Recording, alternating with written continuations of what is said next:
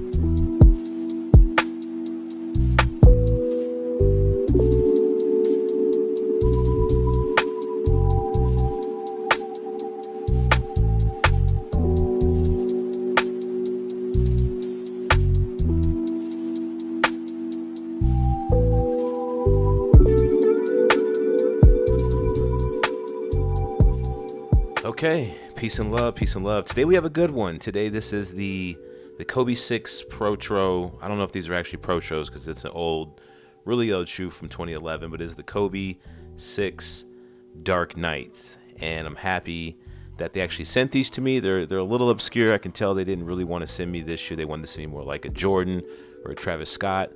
But lately I've been in the gym heavy, so it's nice that I'm getting all these Kobe's. Like I said, I feel like I'm only reviewing Kobe's and Jordan 4s. And again, this is the Dark Knight 6.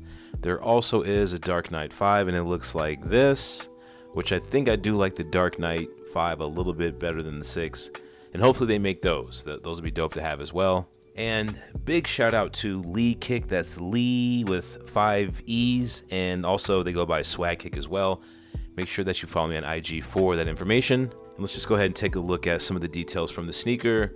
We have the typical scaly upper, which is pretty much the go-to on the Kobe 6s. Very flexible, molds to your foot, great court feel. And my favorite part of the shoe is this kind of Dark Knight gray Batman suit that they have going on the back heel. I love it. It's kind of metallic. It's kind of not metallic. It looks dark from afar away.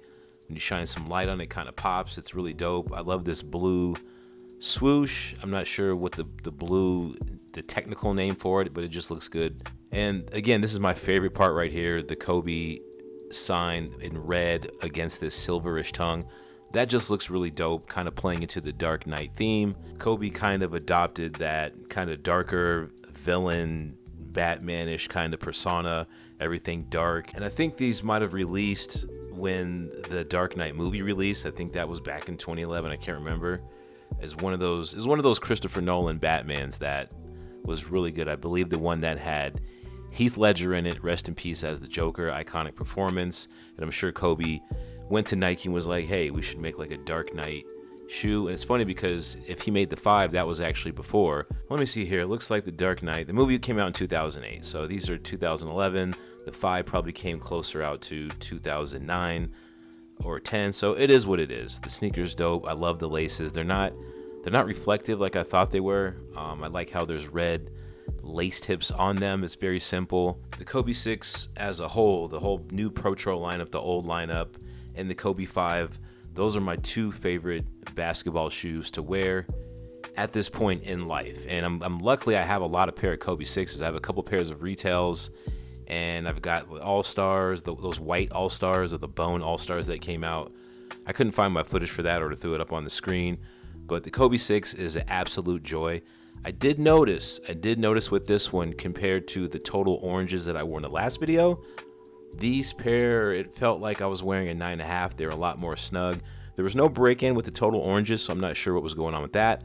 With these, they were a little bit tighter on the foot, and it wasn't bad. They just needed some kind of break-in, and that's kind of normal for basketball sneakers.